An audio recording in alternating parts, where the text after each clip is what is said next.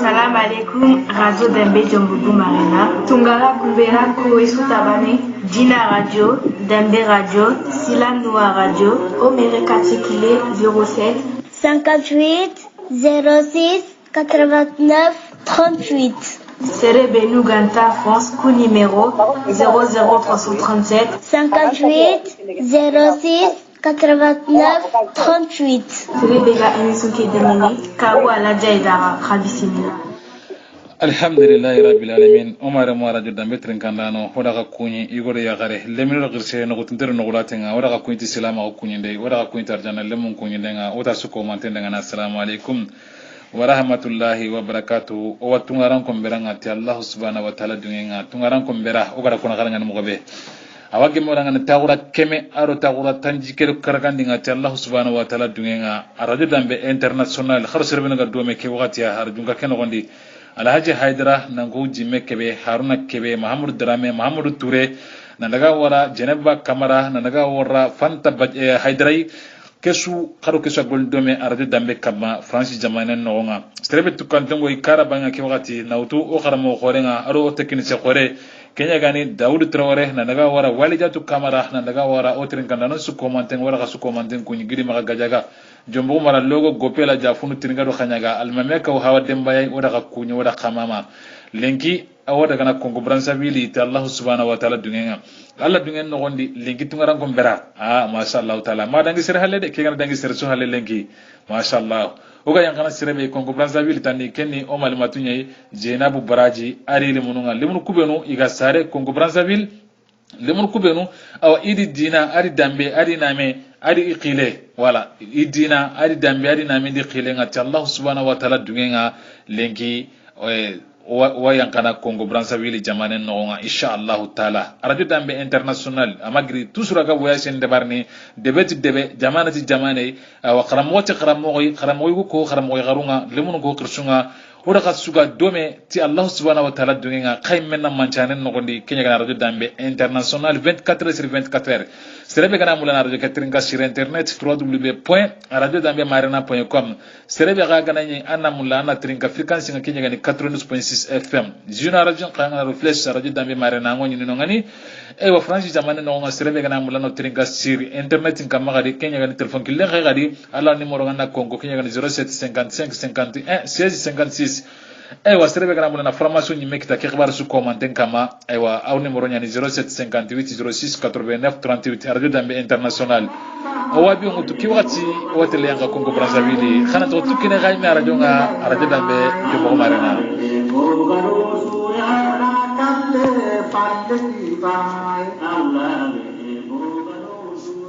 Radio Dambe Jebourou Marina 92.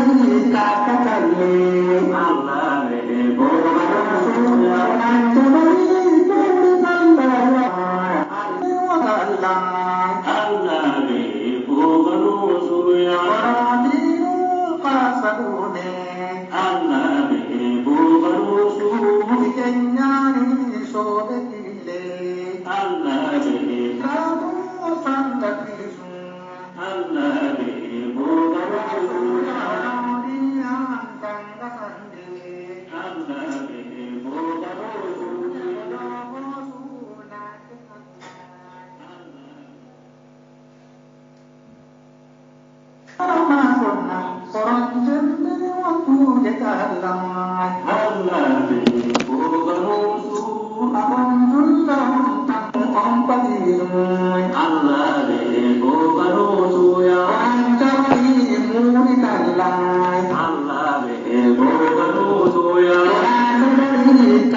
Omar ndirin kandano higo ko ya gare lemno gasi wala gasu ko manten kunyi ke wakati abionga awu oyanka Congo Brazzaville jamane no ke wakati o malmatunga ro batinga ke gani jenabu baraji ari lumur benu iga sare Congo Brazzaville no gondi idambe ari name ari qile aywa o katana kentum rube nasabu nya tungaran ko beranga asabu ni Kenya kenni lemur kubenu iga sare tunga France kallu Congo kallu Amerika kallu dunan qususu ko manten kallu aso ambana miso ken gondi lenki abionga oyanka Congo Brazzaville malmatu salam alaikum wa rahmatullahi wa barakatuh wa alaikum salam wa rahmatullahi wa barakatuh baraji Adi Aydara. Ankore mo. Tora makira ankore mo. Walla tigran Allah mama. Tora tikya. Wan warni agaro o invitation aga da accepter odangani ma Congo Brazzaville ke wakati? Aha. Wala ka kunyi na kanwar tikenga na kama ma tikenga. Wanga ni mera donc kama Kenya kana radio dambe international. Duna suwa kama nanten ka ke wakati kunyi na kanne be gamma hila kati radio trinkanda no su komante wona tan bismillah. أعوذ بالله من الشيطان الرجيم بسم الله الرحمن الرحيم الصلاة والسلام على أشرف الأنبياء والمرسلين سيدنا ونبينا محمد صلى الله عليه وسلم كين يا سلام لمن تكوني ربي دامبي رجو دامبي داما تكوني رجو كاري لما مارنا بدنا نهندي باماكو كارتو na ukuninde hakine katiswa kengani assalamu alaikum wa rahmatullahi wa barakatuh wa alaikum assalam wa rahmatullahi wa barakatuh ewa malmatu keso hana be gomaga matrinde hana be gomaga lemunu kubenu iga sare Congo Brazzaville idina ari dambe ari name ari harmare magu iga mogobe wa mulla duna suna mbogo igalai kudo ukwanga tanya sababu duna suka katanan tenka kiwati ya gilire ma Congo Brazzaville ma France ma duna gombo ngono ga suturunga ando alle munundi ke wakati o warni baranki nan dalle mununga khana baranga khana wutu bismillah alhamdulillah lemnu ngayre alhamdulillah wala tigana do imari mo on treni la qur'ana karana wa khosi wa batin kanyana donc pay bane ni dangi ni bane ide suni to on ni jamunko inshallah taala assalamu alaikum wa rahmatullahi wa barakatuh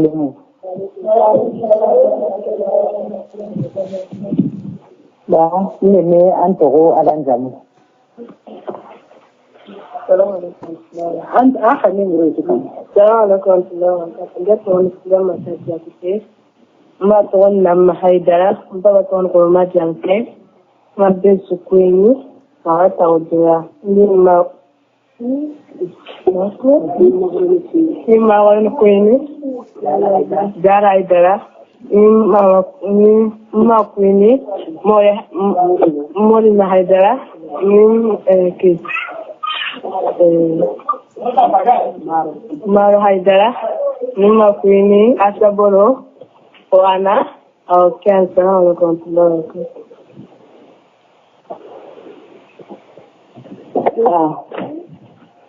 And the Queen the Yana and the Bita. Until a woman gets her an Akurana, Seranina on it.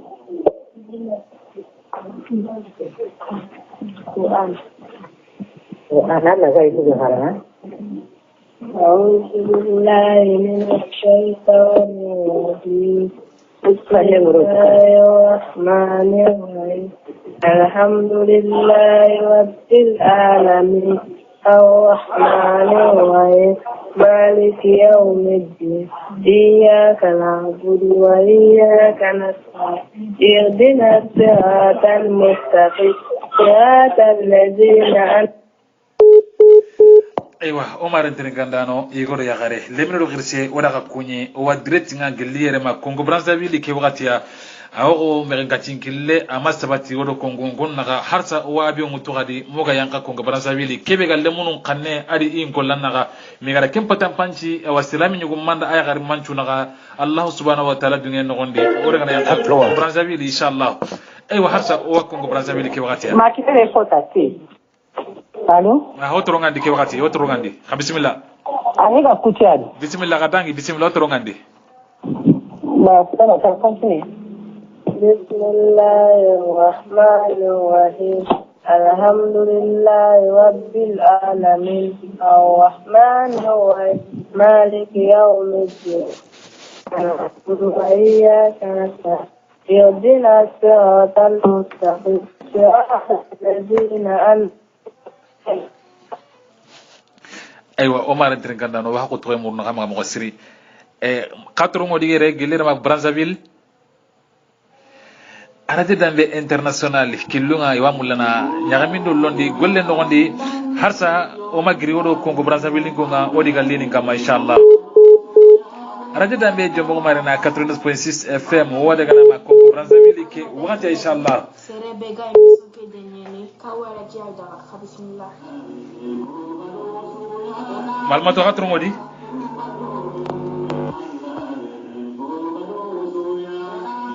ki wakati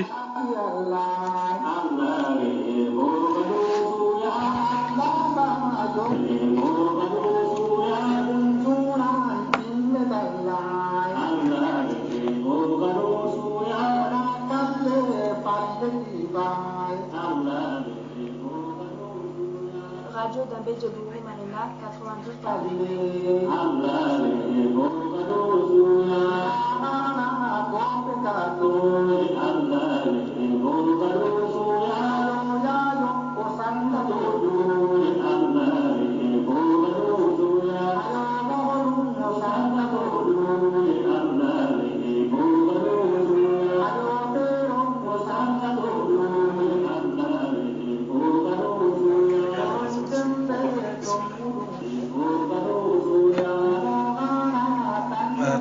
bismillah ewa maran tin kana wa ko murno kama wala yang Congo Brazzaville ki wakati ewa mal mato bismillah inshallah wa continue bon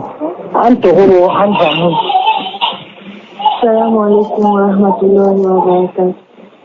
kini hawa drame mawadi tege drame ni andu an jadi ni baraza tarinji Nka isam ku dile ma jalene jumbo sare. Mpara jeji tege chere drame dile ma Francis sare. Ando ko andi kore. Adware beti tege drame dile ma Senegal sare andi kore. Ado Fatima tege drame. Ngam ku dile ma jalene sare. Andi kore marima yarare hawa sisa wani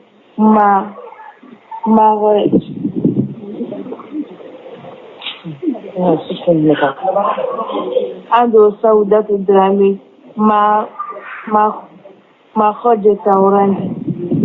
ando matubune asta drame khoje taurandi awakeyani assalamu alaikum bon akela kan khara kan sura khara Qur'ana no gondi onan dangi tay sura as-saffat inshallah fadal أعوذ بالله من الشيطان الرجيم بسم الله الرحمن الرحيم والصافات صفا فالزاجرات زجرا فالتاليات ذكرا إن إلهكم لواحد رب السماوات والأرض وما بينهما ورب المشارق إنا زينا السماء الدنيا بزينة الكواكب وحفظا من كل شيطان مارد لا يسمعون إلى الملاء الأعلى ويقذفون من كل جانب دبورا ولهم عذاب واسع إلا من خطف الخطفة فأتبعه شهابا ثاقب فاستفتهم أهم أشد خلقا أمن خلقنا إنا خلقناهم من طين لازب بل عجبت ويسخرون وإذا ذكروا لا يذكرون وإذا رأوا آية يستسخرون وقالوا إن هذا إلا سحر مبين أئذا متنا وكنا ترابا وعظاما أئنا لمبعوثون أو آباؤنا الأولون قل نعم وأنتم داخرون فإنما هي زجرة واحدة فإذا هم ينظرون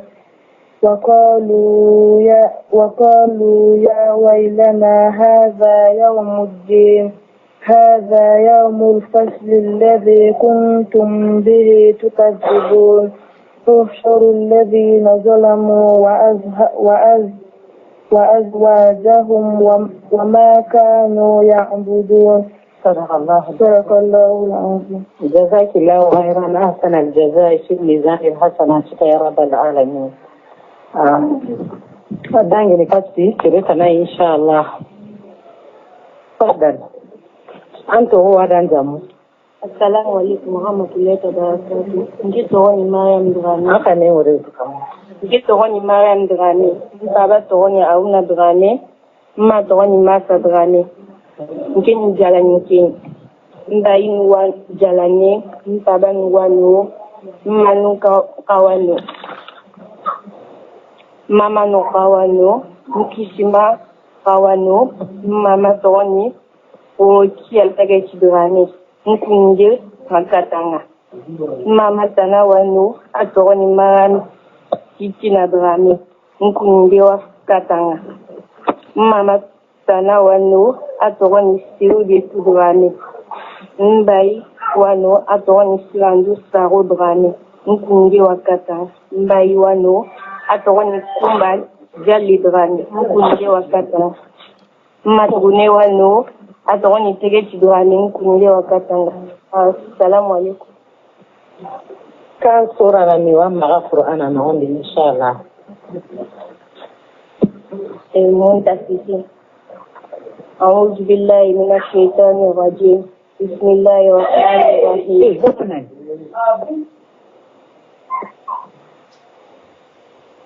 ويل للمطففين الذين إذا اكتالوا على الناس يستوفون وإذا كالوهم أو وزنوهم يخسرون ألا يظن أولئك أنهم مبعوثون يوم العظيم يوم يكون الناس لرب العالمين. كلا إن كتاب الفجار لفي سجين وما أدراك ما سجين كتاب مرقوم ويل يومئذ للمكذبين الذين يكذبون بيوم الدين وما يكذب به إلا كل معتد أثيم إذا تتلى عليه آياتنا قال أساطير الأولين. كلا بل ران على قلوبهم ما كانوا يكسبون كلا إنهم عن ربهم يومئذ لمحجوبون ثم إنهم لصوب الجحيم ثم يقال هذا الذي كنتم به تكذبون كلا إن كتاب الأبرار لفي عليين وما أدراك ما عليين كتاب مرقوم يشهده المقربون إن الأبرار لفي نعيم على الأرائك ينظرون تعرف في وجوههم نضرة النعيم يسقون من رحيق مختوم كتاب مبين وفي ذلك فليتنافس المتنافسون ومزاجه من تسنيم أين يشهد المقربون إن الذين أجرموا كانوا من الذين آمنوا يضحكون وإذا مروا بهم يتوهمون وإذا انقلبوا إلى أهلهم انقلبوا فكهين وإذا رأوا قالوا إنها إلى الضالين وما أرسلوا عليها حافظين فاليوم الذين آمنوا من الكفار يضحكون إلى الأرائك ينظرون هل ثوب الكفار ما كانوا يكسبون. صدق الله العظيم. جزاك الله خيرا أحسن الجزاء.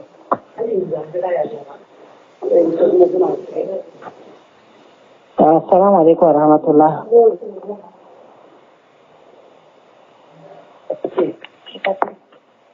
Akuti baba kuyuka biso tukende. Assalamu warahmatullah. Wa alaikum assalam warahmatullah. Uturunga gadi ki wakati wala kilenki na gayo. Hasa khala wadangi ni tia. Na tiona ndani kai. Anto adan jamu. Le toro ni Maimuna. Oui. Qui Amma toro adam papa toro. Nini tafasiri yake. Mma toro Fatou Dramé. Mpapa toro Bébé Touré.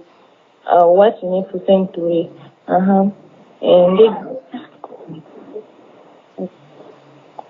Ana ko kunyini mali nogondi. Ni wakati Fatmata Psetou alo kiasiga alo ki Muna alo Fatmata Muna alo Kofi alo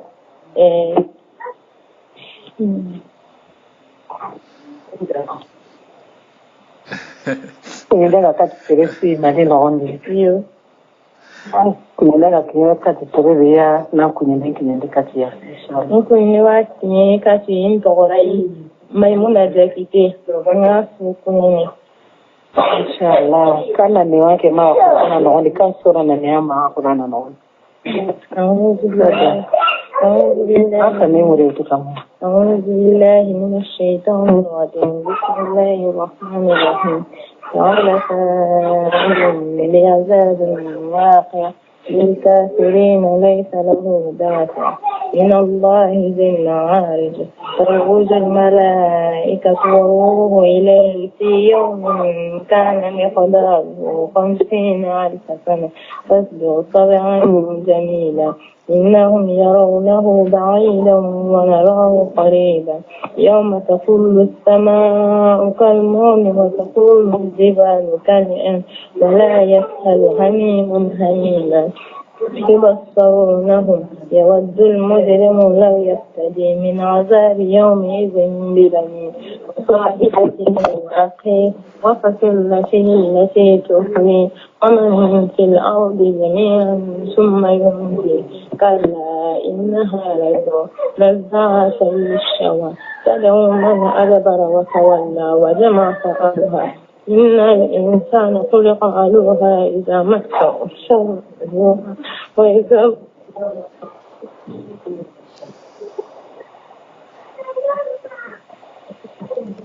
continue. Mau, mashallah.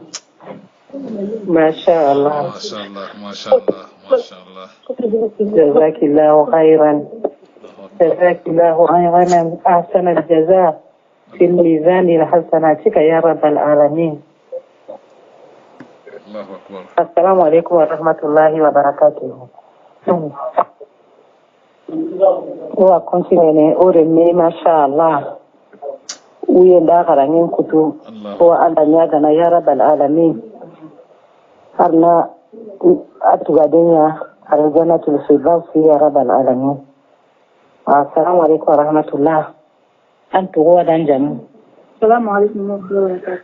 Mungkin tege tidrami, mama tege tirimi, mama tege tidrami remi. Ado ani jabi remi braza karin. Mpayin famille, mpayin marin kunini jeli yede ma jalane jombo karin. Mpayin papa jeli tege tidrami jeli yede ma fasi karin. Adi kore. Ado arabitu tege tidrami jeli yede ma Senegal karin adi kore. Ado Fatmata tege tidrami.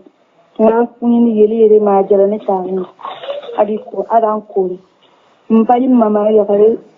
hawasi kunini hawasi sawani na jalane tarendi ado saure ki drame na jalane tarendi adi matuguni asra drame na jalane tarendi ado ya tege ki drame ngeli yere ma maiga tarendi adi kori ado saure saturu hawa drame ado jeneba drame idi koreni ma jalane tarendi ado laji sirandu drame adi kore mu ma jalane tarin ado sita drame jeli yere ma khoje tarin di adi kore mu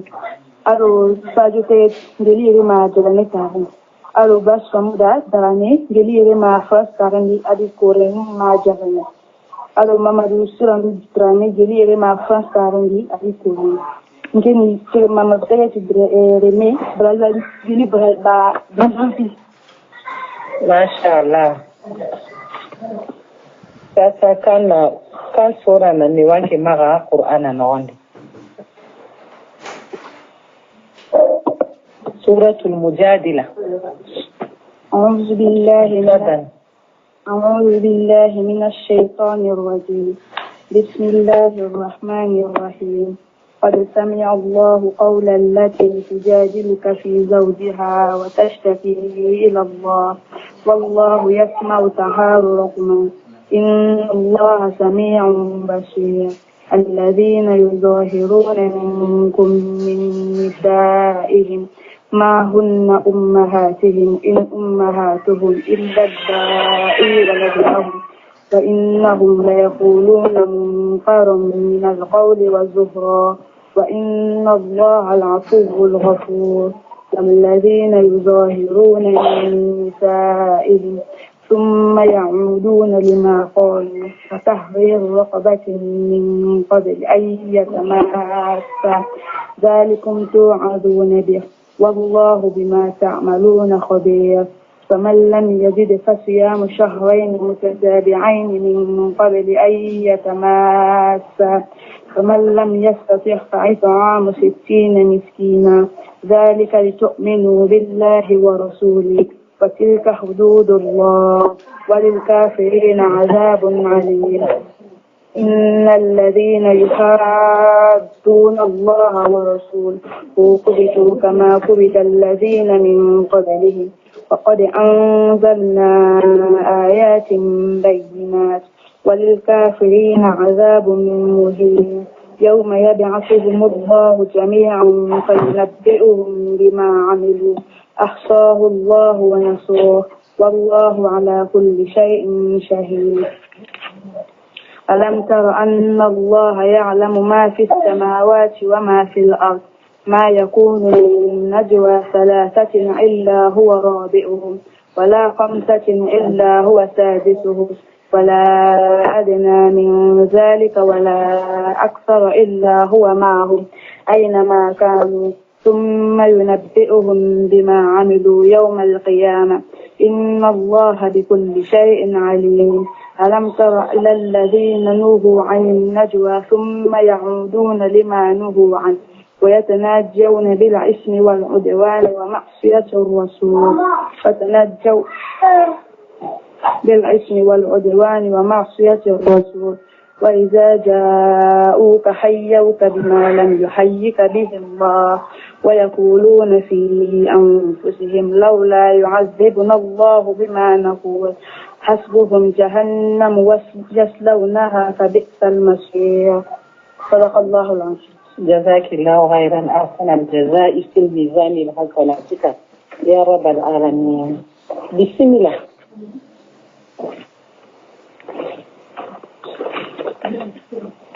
السلام عليكم ورحمة الله. وعليكم السلام ورحمة الله. أنت هو هذا الجمع. جيت غني أن تقول أنت لا تراني تسمي مراي ما ترى يفات دراني جني تفسيران كنا فاين كونك ديانجي شيم باماكو نسيه أنت كوني مريض na mama kwenye marina ato onye marina drani ado by hanta na hasuku kunende kinyanja kwa inshallah. Sasa kama ni wanke mara Qur'ana naonde ويل لكل بسم الله الرحمن الرحيم ويل لكل همزة لمزة الذي جمع ماله وعدده يحسب أن ماله أخلده كلا لا ينبذن في الحطمة وما أدراك ما الحطمة نار الله الموقدة التي تطلع على الأفئدة إنها عليهم مؤصدة في أمد ممددة صدق الله. جزاك الله خيرا أحسن الجزاء في الميزان الحسناتك يا رب العالمين. تفضل. السلام عليكم ورحمة الله. وعليكم السلام ورحمة الله وبركاته. أنتو أنا جمو. أنتو نسيت حيدر. أما تو أنت بتو. ما تو جناب وزين بابا تو بابا حيدر. أنكو يندينا كتير مدينة هم. كيف ما تاتا حيدر كيف دو ماما haku waje do katu waje katu ya tabari do nega mama waje kule na kule. Assalamu alaikum warahmatullahi wabarakatuh. Kan sura na ndiwaki mara Qur'ana naoni. Fadal. Sadi. Inshallah. Fadal. Sadi. Bismillah. بسم الله الرحمن الرحيم. سبح اسم ربك الأعلى الذي خلق فسوى والذي قدر فهدى والذي أخرج المرعى فجعله غثاء أحوى فنخلقك فلا تنسى إلا من شاء الله إنه يحلم جنة يروى ونيسرك من يسر فذكر إن نفعت الذكر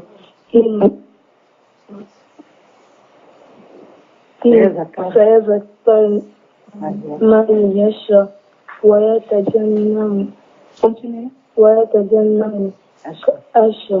إنها الذي يصلى من كبر ثم لا له. صدق الله العظيم. جزاك الله خيرا. أحسن الجزاء في ميزان الحسنات يا رب العالمين.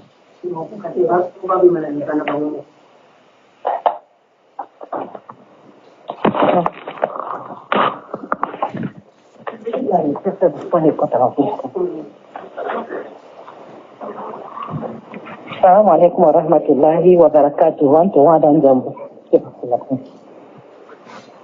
وعليكم السلام ورحمة الله وبركاته. Mungkin ini madrame. So maju madrame rembe ado waraga tu tanjugora rembe. Nga jomboro dama sukuni, nga kabila sukuni. Nga nimpava kuni ni so maju madrame, ni makunya raga tu tanjugora. Dako sire mbainu sukuni. Aisha maju madrame ado bay hawa drame naka sukuni la jisrandu drame alo sita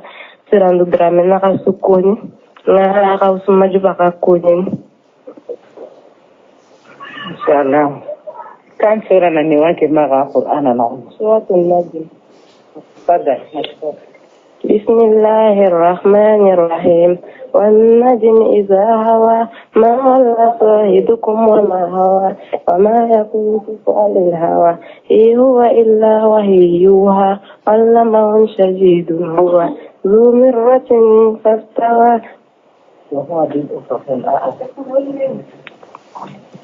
جزاك الله خيرا. أحسن الجزاء في الميزان الحسنات يا رب العالمين. السلام عليكم ورحمة الله وبركاته. أنت هو ولا جمو. Nge tuko bin trame nge matoro ni masta trame nge hava toro ya drame nambugo domo dalane ni marinu sukuni ne kina ni pawatone abirugumba jare yako mapone na sukuni nga kabila ndama sukuni ne. Kan sura na niwake mara Qur'ana naone. Bismillahirrahmanirrahim. ألم نشرح لك صدرك ووضعنا عنك وزرك الذي أنقض ظهرك ورفعنا لك ذكرك فإن مع العسر يسرا إن مع العسر يسرا فإذا طاب فانصب وإلى ربك فارغب. شكرا جزيلا. جزاك الله خيرا. أحسن الجزاء في الميزان حسناتك يا رب العالمين. ما شاء الله. وجودا بيدا ما شكوني Odo dum nuko de no gataru le kiko ta ngazaza le sare non. Asidi to ronko adi jamu mashallah. Donc o wa tene ire lemu.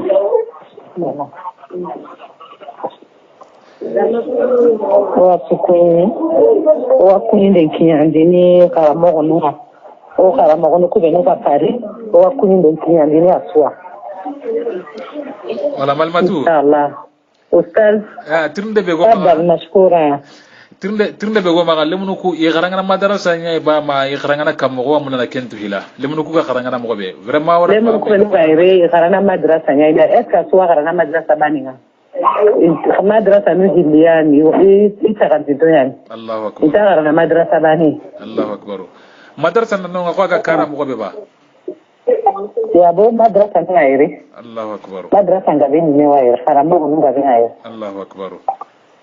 aywa ora wasara nu dan tanto kadigan kanen kitana kudo igara drogote kebe deber lemunu ku wada ke kharan kanne be deberi akiti saranu nyadi komi duna suna famu nanti aywa lemunu ku be no ga sarne tunga nanti tungare muhe idi idambe nga dome idi dina nga dome idi khile nga dome bo yogo no asimana anga masare kara anga sare tunga kinga tanne anyana sire volontaire bo kinga sire gebe hakle no gondi kudo ona saranu ku kay gonu digan kanen kita kabe nu gara ke hi organiser o gan har suro hilli siki digan kanen kita awali ngono daga mo gasiri masha Allah wa jiko na timi ne ka sente ne ga sare ire abraza na koro ire braza na khara ire braza anyi me sare brazzaville ndonga oku ke me sare ire na koro ire Allahu akbar Allahu akbar amma kamina ku ina ga khara ire anke da qur'ana nyama ke dire na ke no ndi ire yeni ngani sino kadia donc yere karanga ni me gayi maga yere nga ya garon karanga de mi kena ke sunya karanga de Allahu akbar ange me baga kande be afriki ha afriki ngor jina ni mina oku bogo kanyaga ko yanoi masha Allah kanyaga ko yanoi masha Allah ni ba to ni ja fara baraji ina to ne asa traure Unta bani sunna misiri ke almani hilandi ngaire Allahu akbar halim taba daga tago pari Allahu akbar masha Allah kaleni na ni pari no ngani Allahu akbar Allah ganoda ne mana anim taba ni haram de ngai pari no ngani Allahu akbar ora sara braza ire atuka dina ngaire sunna ngaire Allahu akbar ora sara na karana se sunna karana saranu nga kama kakir no nga ba gayi wonno ko be sasa saranu wada ka batenga no nga ya bo saran nama waire walla wa kinde nama waire isoro hido waire masa drame waire saranu hido ono wadi batenga ira alla pasene gayi kula waisena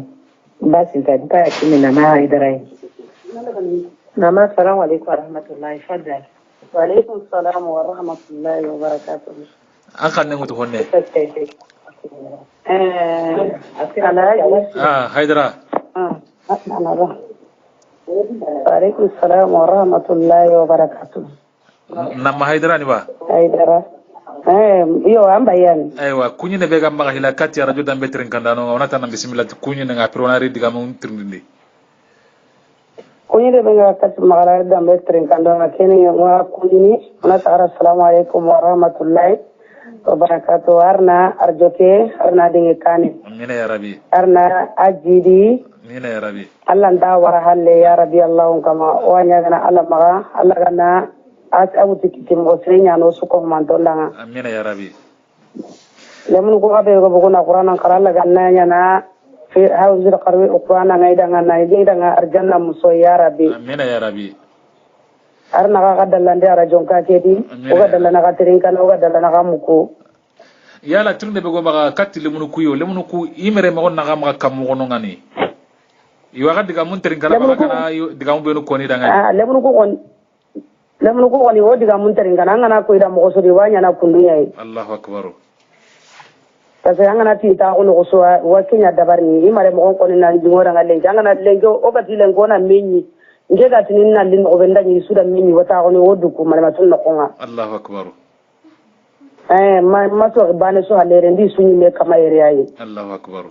yala yo franjen daga be ga kan tagge moy jamane ke daga so kan tagge moy ko na timma daga no ngai daga na Allahu akbar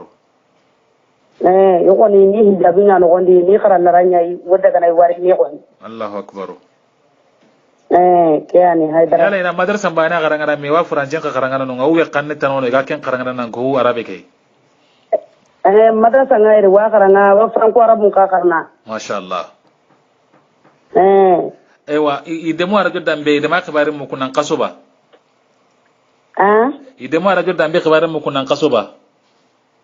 dema mukume ama kuri danga na nyakundu woni wa mukume madema trinkana kana nyakundu amade munyana kare na nyakundu yala wa ga klendi na nyile keme organise ne wakati rinto tanaiba o hakele no ko kana kita inshallah o kile ngadi Allah dungendi inshallah Allah dungenga mo ko kunya haro kana kita dimashi samiri fa wali no da ngan to toro bismillah inshallah digame be ga makati saranu be no ga kara bange kubenu gi jikem bakana ndile mun kubenu ga sarne tunganga nanti ibonon tonyani meni digame nan ke makatiya digame be ka to komi iganata sirebe no ga gunanga le mun kubonon tonyani on ta tini gare ni parce que anke lawan kalle marna wakandi ko tana kalle lawan yana bedde no ni waken kaba kabare mu ko Allah ta sabati ni ken kama nanti le mun jubonon to me ko ni ko kubenu to gi marna ko ni o ko kallu ko moranto ngo kitendi Allahu akbar arni to kitendi harsa amina ya rabbi inta sigira suwa oy menu ganta dingira be ya Allahu akbar onti la walla ga menen nanti iwadde geri nanti ro kongonu ubero hibenu jamais onti la walla funda ngo yime duru nyanda kana uyime duru nyallini Allahu akbar ni hijabunu nyano gondi ini iqurana karangen ikra langa una kanyero wala gollen kai wi garin gollun dabarni inshallah yala o sorondunga yani dabarni kana gire karlanga o sorondun ta gondi no gollun ta gondi ni ganari iya wakitna do gollu ko agare o wi dabarni Allahu akbar aywa kenya ne o dina haydra awa no ari diga legre be gamba keta diga legere be ngi ko ni maga ke nga amundulu sarana cuma ga be sudan kati khalle nan khalle mara mo siri angana ti tunga ta bonno haramare munyam bonno kenya le sere sugara ga no kusua anda be nan dambe nyai Allahu akbar angana munga nyime yani ho na munga ngama munga nyime ho honta munguna Allahu akbar anga mare no kusua annan jikunda dinan dan dambe ko yalle munga annan kabilan ko iya parce que haramare men ni halle ay Allahu akbar agana no yimenu bane gana ni kenta torno yimenu bane ge sire anga sare anto ngon aywa Omar entrin kandano igor ya khare lemino girche wada kasu ko man den ko nyeke wagatiya o wad gana harsa kongo Brazzaville ya na sababu nya linin khibare nya inshallah taala o wele ne katya digal le groupe no ge maga agno wada kasu an ke hina o garam gonu ku aro ore nya garuku wada kasu an ke hini tenga dome gilere ma kongo Brazzaville no gonde inshallah taala aywa sarranta sire borondine qorraganta sire sirondine Allah imana sire sirondine ko sire me durgotenga anji kununga mogar men kacin killenga ra kantar ndalla modo o mal matunuku o diga sire khannen dabari inshallah taala igana sire keda Allah dungen no gondi diga me benuga kaka maga kaka da diga ku fam mo be aywa o sanda tringa do mede ngo ku bane me tringa khayman tringa ne khayma rajonga andretinga gilera ma kongo Brazzaville inshallah Allah dungen no gondi e men kacin kille akuti odinaga moga elle katya khaymen na manchane no gondi kenya na radio international o magiroga wayasini no kusuko mantendi mogara asubugu mera kumpa no gondi serege bara fame gebe kita kongo Brazzaville ga khabarani lenki ka harsa o korna garo lini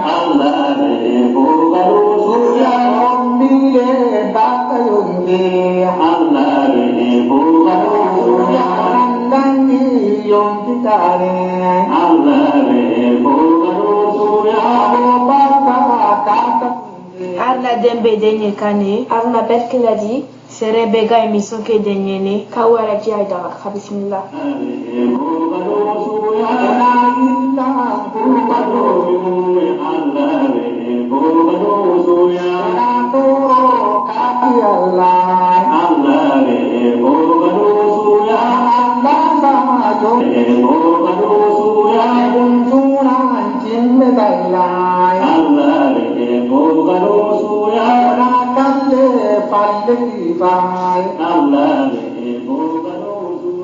Radio Dambé de Bourou Marina 92.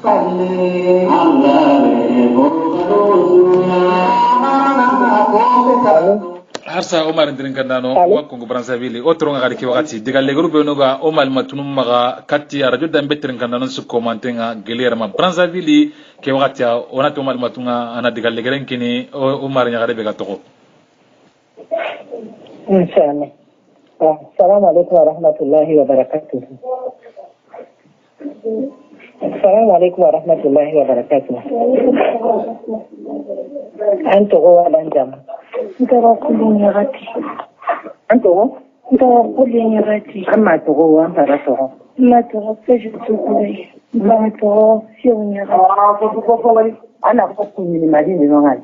خليش عليك لما نكون شوفين لو تمر ننجو جنبه كتا ونسكين نطابل ونسكين نكون تسلام عليكم دائما السلام عليكم ورحمة الله وبركاته كاسورة نيوتين النار وأنا غاني آية الكرسي ما شاء الله تفضل الله لا إله إلا هو الحي القيوم لا تأخذه سنة ولا نوم له ما في السماوات وما في الأرض من ذا الذي يشفع عنده إلا بإذنه يعلم ما بين أيديهم وما خلفهم ولا يحيطون بشيء إلا بما شاء وسع كرسيه السماوات والأرض ولا يئوده حفظهما وهو العلي العظيم. شكرا جزاك الله خيرا أحسن الجزاء في الميزان الحسنات يا رب العالمين. ماستر السلام عليكم ورحمة الله.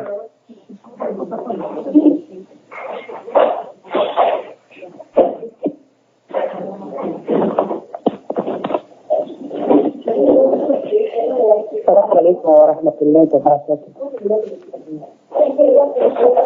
جمهور دامن سياسة أكاديمكم مهندس ترى سنتهاي ورباس سنتهاي أكاديمكم مهندس kati jombogo men chuya jombogo menga lo suya kuninga kata suya. Assalamu alaikum wa rahmatullah. Ewa Omar Ntiringandano igoro yakare lemino kirse oswanke nan Ntiringandi Guillermo Congo Brazzaville onyi Congo gana koni agebeni kisanza wano ngani ewa Congo Brazzaville wano ngani Congo nutana suka wano ngani khalenki onyi Brazzaville osukehi ona lemunuku odi teringa dome nge bayna matrinka sere bayna matrinka million jerenya asu teringa dome ewa osunya sedai lemunuku dangani isara nun dangani ikram wonu dangani na sababu nyamaniya sarera anta sere bonondini kwa ganta sere sirondini sere sugadi anyi mejiku adan dambe adan naime adan qile angana nya har giden kamanan dina kan nautu wallahi sere dina kan ta sere walla angana ni sare dina kompendo wonanga ma dina muranta dina ke kitana koy kangana sare har no kutana yi dina churoge he kha wallahi dina ke angana muranga nan kitem putura battenga nga kitana yo ken chabura ngani khaymena manchane kenya gana radio dambe international tungarango mbera imagiri iga boyasini lenki wora yanga Congo Brazzaville osu uni tretinya ke wakatia ora omal matu wora kunyi agara drogote kebe debari jeena bu baraji ona kunyi aru lemun ko benu saranunga igara ke organize oni su commenten kunyi na mahaidra aru lencharanu su commentenga lempaba no su kunyi radio dambe representa bega Congo Brazzaville sanu tapasibi aru jaman su commentenga ora su commenten kunyi ke wakatia silemanu sambare sunu fofuga Congo Brazzaville ora kunyi ndengora barakati bana be su commentenga ti antonga ti anjamunga ay radio dambe ana dina ke ara golle ne kiyaye ana do tono kutana ana no kutana futu anariti dunasu atrinkandi dome ke wakati osuganya seranga dome ay wankin qaqqarlan ni maniya men gatinkille technicien ngawi ikitemba kakamagele ke wakati kunyi ne bega kama kati Congo Brazzaville ngonga u conseil bega kama kati Congo Brazzaville ngonga osanda Congo Brazzaville trinka dome mare nyugo mare nyahare ankem paqqarlan ni maniya takunda kulimunu trinka kulimunu ga digara kukra ayunu benu ko mayaganjunu ga bakka mashallah taala mashallah yugun wasarene o bedege kay men gondi nongani yugun wasarene o dina kumbu kuno gondi nongani me anga nyini hajunta dina kema ko ku hajum pay dina kema ga mobe dina ke adallo dalla ayan junga ayan legerni hube gama wutu dunadi la garanar ni mislan dina ke battenga lan tagarna kita ewa me ga tingile 0758 06 89 38 oni Congo Brazzaville odi Congo Brazzaville su kunyi wadu odi dangani alla gani katpe kala gana jidini itare ke alla gana sabati runa no wandi ya rabbi ya rahman itare ke alla gana lingiya alla gani suru saga ni jamaaro khair no wandi fofu ga kunyi ndi aro fobe no gama kunyi ndi odi su komante nya kunyi ni su komante mama sera ku osuni sera ile mun ko kamalengi idigan kanne kalingan kenda ba mandi manka angin pakarla ni mania men ka cinkille 07 58 06 89 38 trebenuga Afrique banginga kharawa France indicatif gana Congo Kenya gana 00 337 58 06 89 38 na kihina organiser koy ga organiser ne kudo tungaran kum bera aragarni yanka Congo Brazzaville ga mogobe serbe tana hajunga idebe ta mustuba Allah masha Allah taala serbe gana kutana su Allah wa o khilli wallahi duna gombon kuna gatin no kusunto kanyana uganta biyo nguto ganta gana yankanunga kudo do lemunu ngori na masala o hajuna nga lemunu kubenu ga sare tunga tungaran ko berake abugi men kunyai lemunu kubenu ga sare tunga kaga Congo Brazzaville kaga Angola kaga Gabo kaga Kuwait kaga nokusu Saudia lemunu suga sare no ngane khado o contacting pay ora kana masala dome khodo Congo Brazzaville ngo baka masala dome mobe 07 58 06 89 38 kakum benugo hayni Facebook ngam magara participer ne woni moronga serebenuga otrinkana marna bangenga radio kay mekama woni moronga 07 58 06 89 38 00 337 58 89 38 allo assalamu alaikum wa alaikum assalam wa rahmatullahi wa barakatuh wara to gondo jamuntu no qorhon dagay ay walla tigana nalla mama ewa ken ewa ogra mo anno khilina bu minna bani hari to ngama koni ma khakirina mbugu France anda emission teringa gilire ma Brazzaville ada trinkande nya unya ganto Allahu akbar ado ose wonto Allahu akbar ofato ga bugu me kempa Allahu akbar na yile na tankana wonga kino yari na yile na alla na alla talla no tallan chonde alla yari Allahu akbar haligati kedina sikandari yawa adaganade Allahu akbar kanta to kwa gamaru Allahu akbar aganat kanta to kwa gamaru amaru dibe iketa naru jamana iketa tembre kongunu ko asawat konguni masha Allah tembre silama wonga kinyeno ke niveau di sere gebe angala sigina puteringa kundu anyi mechina me ket kongo ha kinye ke niveau kundu kongo ime ku kane jawa Allahu akbar anyi mechina me ma yo ku kan kan to ni jawa Allahu akbar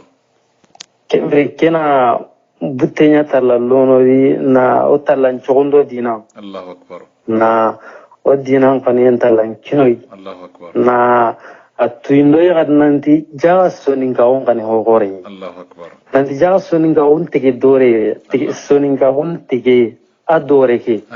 ado dina nyagamin tenya na medi Allahu akbar serebe ganati tiwo kunya kutunuba kame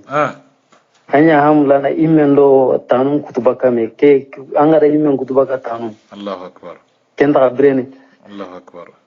kembre se ke kera ko nanti o ko hon islama o arabu hoye Allahu akbar boni o imega na hay oku ogano kufu odo haro do o mo ndambe su hari dina hurnde ke ngon koni masha Allah kemre keda nyagal nisri ayilla ko inanti ona men do dambe do o khille sunan qoto ma boni lemunu gara kenji koy Allahu akbar jango karamo nyimera koy ati sare kongo so ngande behe son kan jamane he ayi nanya ga son ke karno mo be antini kaba ko nyani asare no nya kemma ko tati qoro no nyai a qoro nan charno nan qorno na qur'ana utuno na qur'ana tanga hafizul qur'ana nyani masha Allah na dinan karana son ka on karago tigamo ke ken kaba ko ni Allahu akbar kemre ke ken nyale ni sresu na ketringa inan jalle ngirindina buru ina an kanundini an duwai sadan billaga safe inan tuini nan yimmai hina billaga nan yangana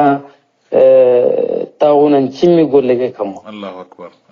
nan tawunan cimme imoke igara moke be kuyo isasa de kena nyilla ni kata yimme na koinanti ye no gebe oku umanya garaga na hoyo gunu hawo maga okumanya kullaga na hiyo goro yo guni wasiri me jaga o gama tigitia ha docteur ya tashiruno ma kane alla ganno kisini kengale boni srobeno oganya simana inyati hoyo goyi kendo kuma jago ku khalleke ken konto ma ke lege Allahu akbar kenda sankuntaun kinyayo guni ada urugintaun kinyayo guni ada yankantaun kinyayo guni srebenu gama tigiti dina nga ada adi yankandi Allahu akbar srebenu ga tigiti dina nga dunano kuswa de segendi ada ilandi kati duya di ilandi kati dambendi na mendi khilenga Allahu akbar ilandi kati iho hosu yalla ga khaliya Allahu akbar na ko inanti sire Allah tatele na kuswa to Allahu akbar Allah tatele na nganen to ngana da yana islami son ngenya ga na Allah tatele na son ka gonto Allahu akbar Allah tatele ya garenya ga na ngata yana islami angana ta annanya gara un sedina na nyego nyi ya Allah ta yana islami sire Allahu akbar yigon hakim mo anana diti anna anyi ga un ceri annan tanga yana islami sire Allah tai ogra mo warga na Mozambique ki wakati ya ايوه الو السلام عليكم وعليكم السلام ورحمه الله توno jamono khirna bugumina Ismail Darame Nambogu Demo Marna Lenki Mozambique alega Mozambique Ismail anda emission terinka na kama na waya teringa sasa aywa min diga mena maga annam bismillah Acheni wa kahonjo sukuni Mogasiri Otoronga Baranza Hong Kanan Mogasiri O nyakali ti gete son nga ngaro dina Mogasiri Kenda oheta mugumeti Mogasiri Ngere owa isukuni ni noari d'accord ando Mamadou Drame auto ogra Mamadou ando Mozambique ngena dangi no honne ngarni kippe honne ken sultane Mozambique tungani wengi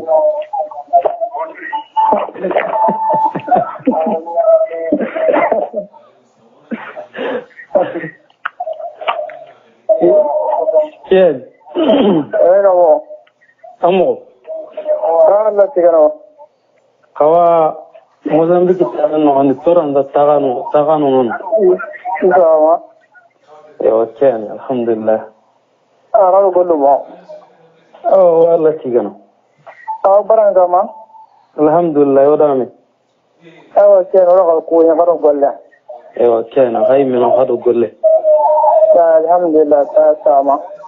eyo ketake kanaga akla lanko kada ibe hamu o karamo numa Congo Brazzaville Congo Kinshasa Congo tare firiketa akla la je na kada badde na kono tan nan tin soninga waro dina mashallah dono soninga woni dina ya Mogasiri inshallah ani salama ko bokora sinke soni ko ti fi hele do ani na su kanya ko ken ana ani na su kendrang ko sunu dunade diamante ana ngirra to nganda garang ka sunu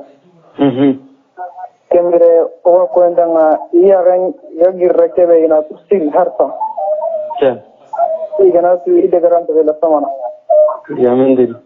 wodi kuni ne kanta na kiro dirgo to no skala no ke ma no su no tanga mashallah anta kuni na kanta ne ken assalamu alaikum alaikum assalam ogra mo Mamadou annam pa ko to o wale de kati Congo Brazzaville ya alla dungen no gondi inshallah taala andami dalla assalamu alaikum wa alaikum assalam aywa wale kati Brazzaville ngonga kuti odina ga anani serkhan no makoni diga mi be nugi maka keta ere serkhan ngonno duna suna mugo c'est très talentano assalamu alaikum wa rahmatullahi wa barakatuh oku yindenga kati jombo hore lenkia Mogasiri basi sunto yere lumunu ngere tora sunti yaiwa maramo osrendi anto gonda jamu sunto ni Masa Drame amba kaminai afriki ay jalani Kenya nga mashallah jalani mashallah ma tukune wanu nga sede tu Drame mbay nu wanu nga Sadio tagati drame Fatmata tagati drame ado rohia tagati drame nday no wano ngapule mom pili saturu drame ado Jeneba drame mashallah mpaba wano nga yala kay menu beno ga no nga kakapen na kam mo no ngani Brazzaville no ngani kakumbe no ga nyan non tagana nga kay me durun na galle mo ko takinga tagana kan kakapen na kam mo gana me walla matunga na kama hedda na kama kanunga ba katakin no nga alhamdulillah tonge tananto magaire komi gara ko mo be malmatu Jeneba waire uga wa men ni kharano kunu kwai da kharano kun da bare kisunga tele lebunu ka khalunga nonga ya ran ka sun khallenga nonga sambilo dimashi mashallah Jeneba brazi no kunga wajunde nganonga lebunu khallenga nonga ko tanga no sun ka khallenga nonga Allahu akbar kona men ni kunyo Allahu akbar ya la lenki mi soke ka hete mo gomedi ba alingo danga jeli gelo le mununga da mu godo preparation nya minne ya wabito manime baka alhamdulillah alingo da yimme meri diga mena makati radio dambe trinkanda no nga debeta na no ka ira ka bismillah na uga tele yan kanu na sababu nya ukura nya na sababu na ka ko iduna sui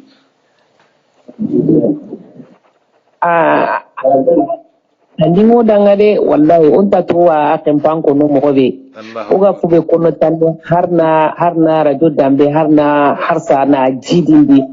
na dengekani Allah tanya na kape setane kape ngakwa harna nya Allah kape amina ya rabbi yala kay me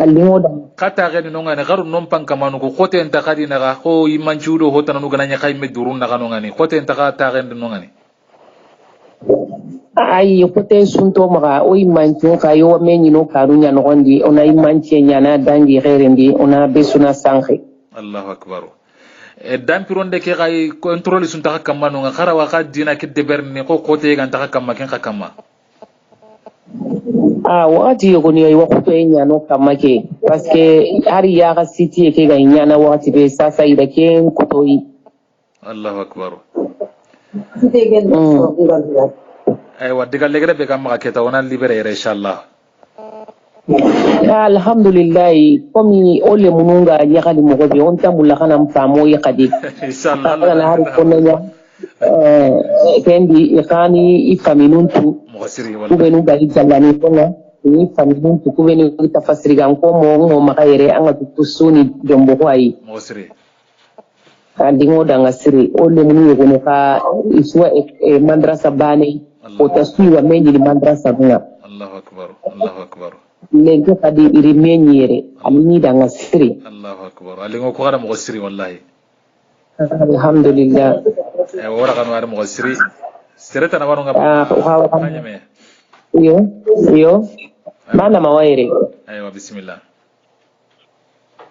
Assalamu alaikum warahmatullahi wabarakatuh. Naam Haidara. Haidara karen sumo. Ay tembo ko mer mo sir lenga ako kaga kara khide baga khide. Tembo medo wallahi. Tembo medo orore muswani. Oso tembo medo wallahi. Ay wara joke na hampai kai. Radio ke na nan kora ko o kono jamane ko ko ne ga hibe ko ida jamane poge be koni be suna ga bismillah na ha kore ani ke agale munum pakile ndiri koy. Allahu akbar. Delige dan na ko bare lengi na kama igi kabilanya kama na mundu yi minu da sa hande ngame ida karangi ngame mi ga to nya kale mi ga korti ko tanyi metane Allahu akbar ken kano jamane ke ga be gani yere o mare mo gonsen ni magame ya ga site ke har ni be gani gara ka ba mo magayre tu bandi ni nyang go na lano kondi kenya na partout tu ay sasa bandi dunga gabano kondi ko waka mana hulla ko so wi ya gonya sitini wayle ke kan nan de o minu be go ya gon sitini to imino ano kompon ko sono anda kemugo kenya de bugu ko ara karante le sasa kenge hostre ndo hobre ju besni ya ga nguni kenya ni ne on jabun ken ko do kala nge o kello ndini o wosu se ken karo ndini Allahu akbar ne ga la ke ko ni kenta sitini yera kan Allahu akbar awan asabun kanya hobru ko ay Allahu akbar Allah ganano yana amina ya rabbi amina haidra wadiga legere be gamma keta o bay wonari kilengri man kachiki lumu khay daga legere begin ga maka ken kuin den do duwa mbane o duwa nyana karanga ngo saro nun kunyini kan so wana aro hatu jagite idi kallagaru idi re munungi su kunyini kabila ndamba siri kunda damando marna manso yi su kunyini ibe ko maka tanni ona lemun kumara kara o yore o angana marandi bare tan marandi kitenga suro bare tan ko tinta warini wallahi marandi kiteke bane asreni kenyele sire swanga dingira su alla garangur jagalo no nyai anyi me angri angara kubano kwati anyi me honi wallahi alla winya na ali gemundan sagonda linga Allahu akbar gelele men bucine ngana do kebe gemundi aro kenyan korla aro kengana koro keta hosre ndo hobure juketa agara koro keta aro kenyan kontinene wallahi o kenya ro walla nyaga na arna mar mo hosre nyangodo koren curanga amina ya rabbi amina haidara o ngaji bando koren su puni khasun ware karo baraje arna gatu kata baraje nga amina ya rabbi ora kasuko mante yani ma hinne kara hurun ka yarna sakdalan to no andi amina ya rabbi allah abno di ko war janna kallam tondi amina ya rabbi allah awakani haidara awanwari haidara alura mosri assalamu alaikum wa rahmatullahi wa barakatuh wa alaikum assalam wa rahmatullahi wa barakatuh umar entrin kandano igore khare lemero kharu kutaketa sasa ke wadu kutaketa wa kanwari kharu baraje wa haidara o wakati tanaya kama ha moire ay alla kana dugonta ha mana inshallah wa haidara wa kanwari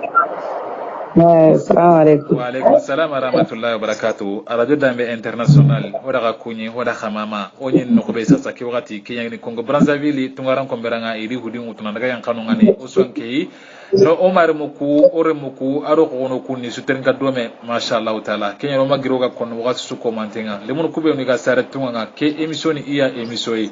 angara bugati tungara ko bera ken kubinu ga tunganga himpo hana awagilo wakida mbakame wadda mbemba kame inshallah taala awanyana sababu inshallah taala ona bugu me khalai serege be trinkandi kati arjo kelenki mashallah taala har sa worono men gatin kiligumunga allo salam alaikum warahmatullah to no jamono khirna bugu mena lamina hadra marna jombo lamina gara emission gara trinka ki wakati wallahi wara trinka nyagali Allahu akbar o se wondeni Allahu akbar o dona jamen da mansu surara kuto be garo kitana ndangi inshallah Allah ganna am por islam nun kara furunjuma amina ya rabbi amina haidara kenda ngem balora Brazzaville ko ri tringa mo siri kenga ni ma to ray mei jenaba barajari le mo ri su tringa siri sutorongandi anda wara bayinwa vraiment wara limno kanne mo alimora mo siri surti kebe gani lemna nyagarunga kenyi ma limora tinan dari lemna nyugunga kwa Allahu akbar o wa kebe kono da inshallah walla dungen gamma lemunu kura ke kunu lemunu ndro to ka ke sarnu nyadi ndro to le sarnu ngana ndro to bani o wa tini lemunu boron ke ma sarnu yen Allahu akbar sino Allah gano te ma sarnu ngasro Allah dungen gamma lemunu ko irando kanyana Allah gano susro ndini o ma Allah nyaga lemunu bonen koni awanyana ka nke koni kenda adde fon fanga ngara sarnu yen Allahu akbar sino Allah dungen gamma sarnu ngana si ko nantremo yebo Allah dungen gamma lemunu ko rando kutana inshallah Allah nyaga na hasa Allah ganda to ke jidori suka man donna amina ya rabbi inshallah kan na kunya na ganda awale wala mo siri na Allah ganda waqta na ko ra suka man donna inshallah o mare mo radio dambe tren kandano igoro ya khare le mo grese o wadire tan ke wakati asrebe ga mulana laqallo o maga masala ngeen ngondi Congo Brazzaville le mununga o sanda tren ga dome wa serbe ga mulana kunyina warakat Congo Brazzaville ngonga inshallah numéro nyani 0758 06 89 38 angana numéro ke restaurant telephone ngoni tanni ango wala wa whatsapp ngille ngakama alla khirno yi o whatsapp nga ke tike numéro bana ne inshallah taala harsa o magri o ga Brazzaville ke wakati kha o wana kati France ngonga ke wakati yugo lini nga do batenga warade dambe killenga winteni xawtu waran ko beranga wadu nga islamin kar furunju komantenda alla gano dinema igoro sama kite berna no di odi rana ke kite ke be alla gano ni alla gano o daga mo gontro inshallah arade dambe international o ga kuino xama mana wasen ke kenta yono ko senga badan no ko suga do contact o daga na katti o ga go batenga assalamu alaikum Waalaikum salam wa rahmatullahi wa barakatuh. Ogaramo. Haidara. Fofana. Torasna alhamdulillah. Aywa anda Congo Brazzaville ko ngandi terinka? Aywa de musan terinka inshallah. Allahu akbar. Men diga mena makati Brazzaville ko nga. Wa barakan kon chukuni igoro ya gare lemno ko se no sin tan no lati. Aha. Na uzu gelli sarane gunda sarane aro de mo chukuni idro ko tin dangani. Aha. Aro iga bismillah ro dambe beran kamana koyi nanti to o fege magana koyi sumpundo kadin chukko mantenga. Aha. Ya galian ko hanan ni kenye. Allahu akbar. Wana sarana ku tiga ni mama ikunya ganya sababu na tilen koyi ire mo ire mi kundire nya garuma. Aha. Ime ko kenka tilen kama. Wasiri. Allah da men ho kono nyimme ko makano ga kanu. Abadan wallahi. Angaro le munga kanu ga tauna karami ga u. Ah, miga u. Idi mo na wara comportement no wani. Allahu akbar.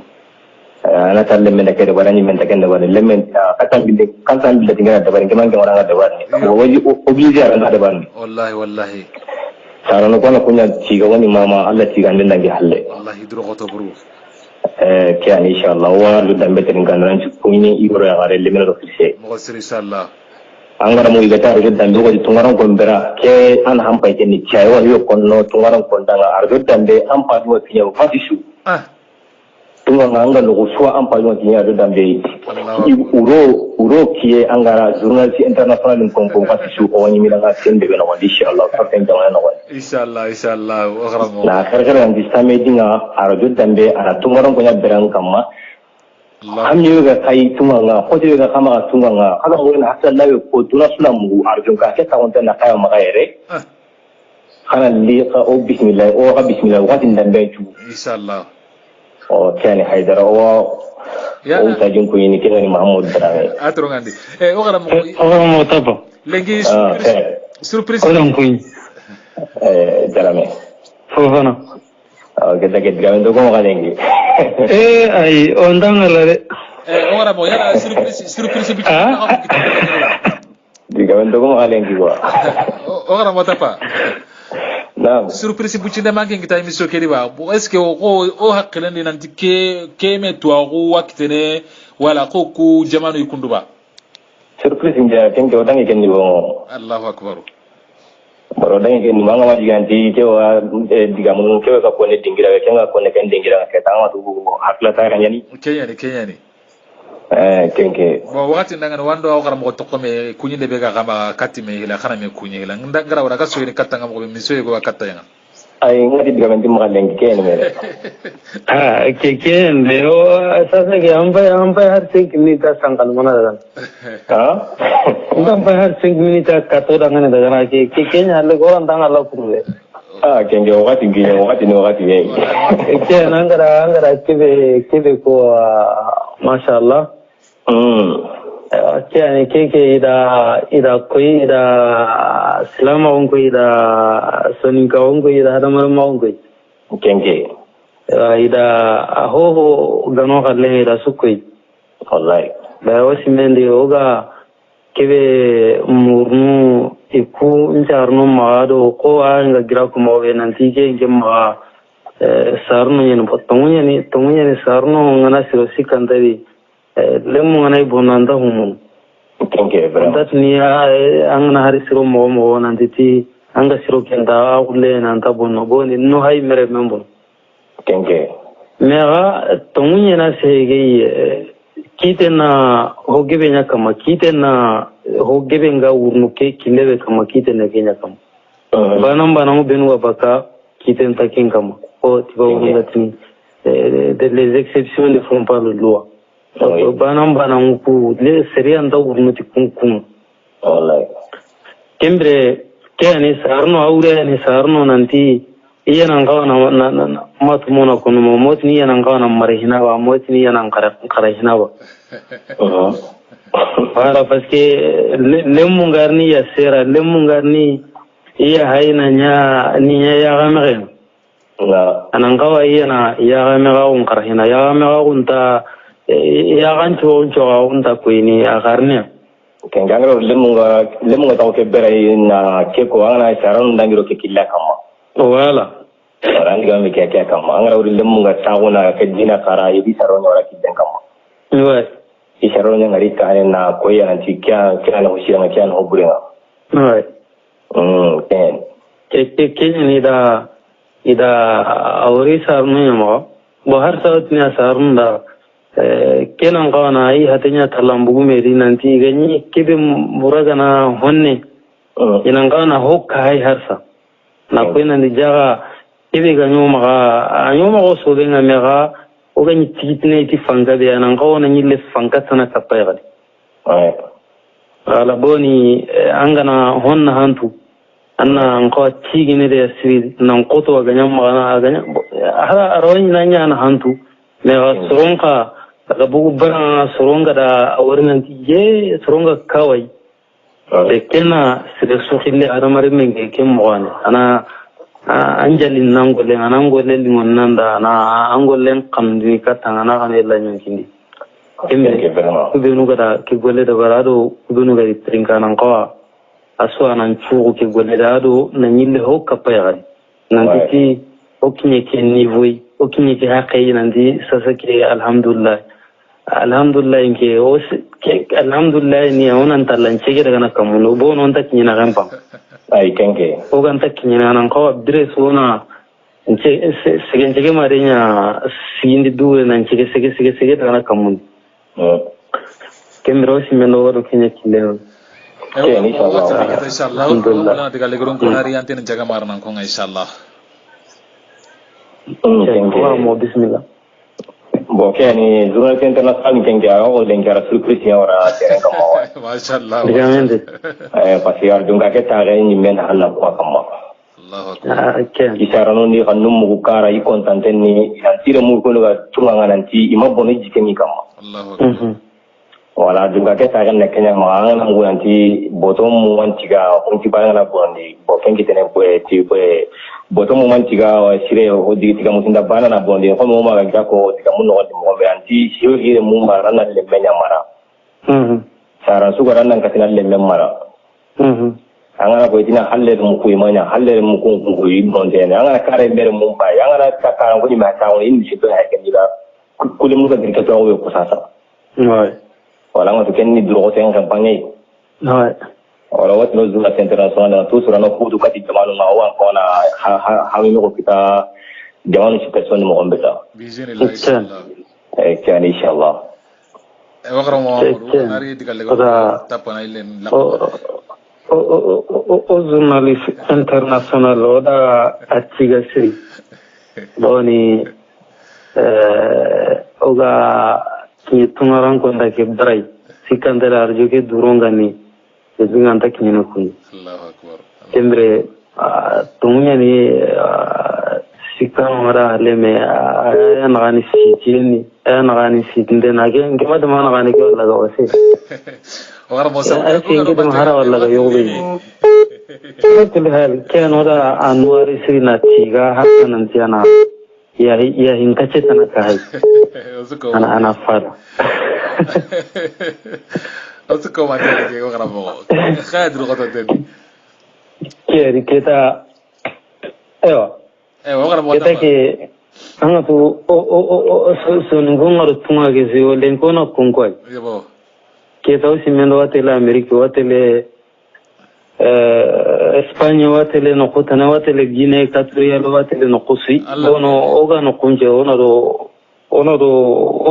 do batini بوسير إن شاء الله Tembrogaro du batini kita. Inshallah. Ko angara ko mo be serebe stronga odi anna contact indawara anna krende na keme tauni na keme dabari kudo agar wadangini arjo ke stronga tringana lemunga tringana trisunga tringana aga hada ma unja lengrindi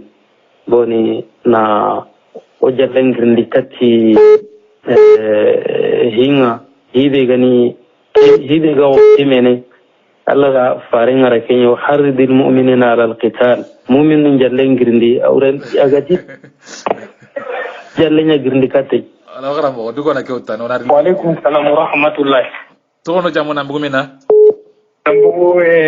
جابنو جونغا متاو تينغرا كن ساتشالنكي أغا ماسري أيوة ماسري كما ماريغا ماسري ماريغا Mai wakati damen chunga katin kana wakati yang ngene rena kai. Masalang dekam. Allahu akbar. Frasima lingo danga frasima ndanga kama salang wasi. Allahu akbar. Allahu akbar. Naka frina kan kuraje ya ka golle be ya ka nya sunun kraswa danga. Allahu akbar. Frasima walla nya kana Allah kan nakar do kedenge kan. Osuko mante osu arajo nyani. Wala sibie. Unti to aka masalangi be kamasasa. Uraga masalang adagai. Lenki onye Congo Brazzaville ya uraga kunya evite lenki ile munu to gubege maga harmar magun karanga dina ndo ina men karanga masha hoga golle munu tamime ora kunda mekita hoga sora betu qur'ana no gondi ida ken kharuda ngane ma yagan jimpo gebe nga baka na ko asu ko mantenga nanti e wasarranda sere bonondini sarranda sere surundini wallahi gabe oga kama kiara dunka ay misokeni e watungaran ko nyai kubenu ga tunga osuna bugu mera kala osuna masala do mona qide bugu me kewchine no gondi sika bega haramar mun chondo mo nanti kartunu sare ke jamane holane inyana ken jamane soronya na ken chikanga na kutuba haramar mun chondo mo na ko iga dinandi dambendi na mega mo be lenki osutrin kan do me vraiment nya ya kan jimpo gore nga bugu na bugu o ko no do re mo nga gelire ma Congo Brazzaville no gondi di mal mato jena baraji en cikesire mburu kesire fatima ken baraji nyi donc awanya na sababu ina sorota na no encourager ngi ngakwa Allahu akbar Allahu akbar oga hibe kono na ko haka makatani kama karai ayonta mungu inshallah wakati akana nyangana masala nga paske wakati ya kawa mkunanti teremu amu gono karanu ilingi awanya na sababu ina serenga mpese antaka bolini paske anke nyimme dangeni ampaya kamba kora wonei anke nyimme dangeni ko anamaka anke ndanga banna mpesa suikwa anna mpesu golle ndanga ka akanga na referensi angana ri hari serebe ga gollin jego ne kengeni on kanali bega uredu nangana tirni tuba ga watni se mon travail Allahu akbar ko ken na ken golle na valeur lo golle na kwa na valeur mbogu kengeni ko nyambela ko nga ko na kenya tingia kwa Allahu akbar watiru to mo ga organize inshallah ala kani ngiri na ke wara aure alingora mo ke aga na ka flen to ro ko parce kara no ko iwanu ngame ano ko ita abandone ya loko warni wata kana tuna no ko to warni wi ni tawru no o kana rona tehia Allahu akbar ko ga o gi de mana bono ni lenga Allahu akbar alingora mo sirin warando baraje usaje okay ani noiri merci o gara mo no digal guru la woni ke ta wakati ngakinya to ngani min to Kena, temundi orang mau masih hawagri so benuku. Waktu itu ngomong nahanya siri anna namu kutiba unani utu angkont. Insyaallah. Ora temundi anangka sehna jakin kama siri. Waktu itu ngalla kana dengan moga ikem program insyaallah. Okay. Wadiga legro. Ketoda laga senden tomo. Ogar mo tapa ana lakenga na tere ogir Congo Brazzaville o ile kate France jamane no nga tapa fofana okhra mo khore aro journaliste gore ona kuni gilere ma jabaji tare no ni sada agar laken tere kana tananti lenki misoki ganyi kebe kama oni Congo jamane be gani Brazzaville oni no ngani ta Allah subhanahu wa ta'ala dunga oro serebe no ke to me kenya gani o mali matunga kenya gani jenabu baraji ado ile munun ci commentenga lemno kubi no ga sare no nan khoro Congo Brazzaville woro kunya ni dome waturun to mo ga jamane tanata Allah subhanahu wa ta'ala dunga dunga process ga dome arajun kan no gondi kenya gana la haji haidra nan ko kharamo khore nga tappa fofana Muhammadu Drame nan ko asuko mantenga inshallah taala fofuga kama nan to trinkan no jenaba kamara wala suko manten kunyi na baciri wala suko manten kunyi onari digame kannga onara tigati sunobe gara okita agara silamin chukita lenki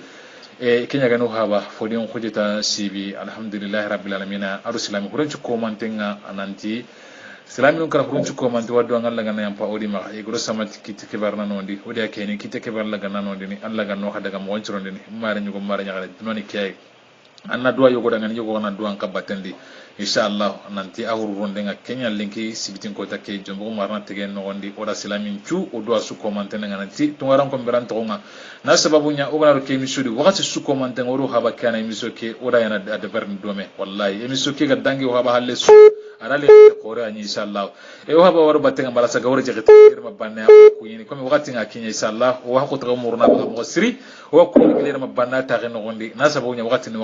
wakati parlen ta konni wakati kana ta konni inshallah o do suko mantenda silami su angara ya ganjin ga buguru huren anna kem pureto kenya le minute suga dunali serenya kala fofo ka karaddan kana gondo limana ka on kama alla ganna pasu ko man temma yoro sama tikite barna nondi warno gollun tegere warri warno to garam ma kenya gan tappa fofana 20h nga kemba kena france jamane no nga oler ni kenya lenki exceptionnel na sababu nyoro joppa 18h30 nga o yang kana 20h pile wati nga kenya o garam mo tappa fofana jabaji ta gen no dindin kanu kondo kaddan kanu gora su ko man ten kunyi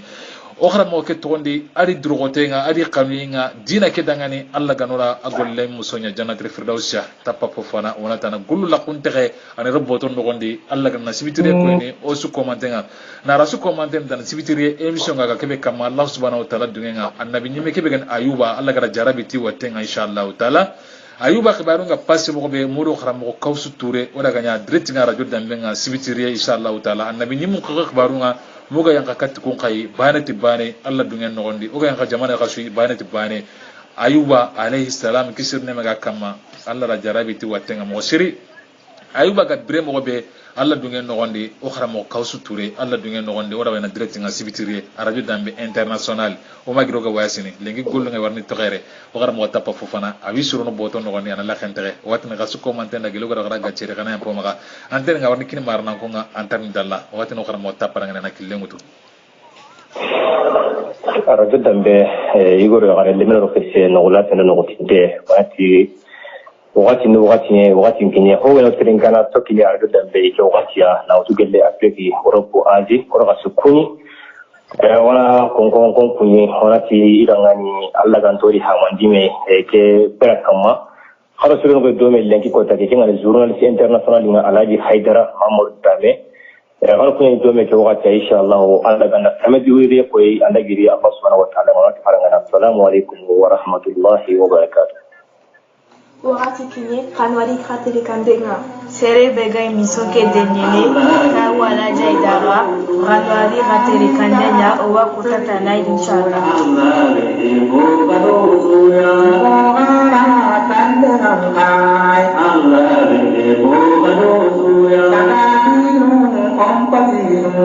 Allah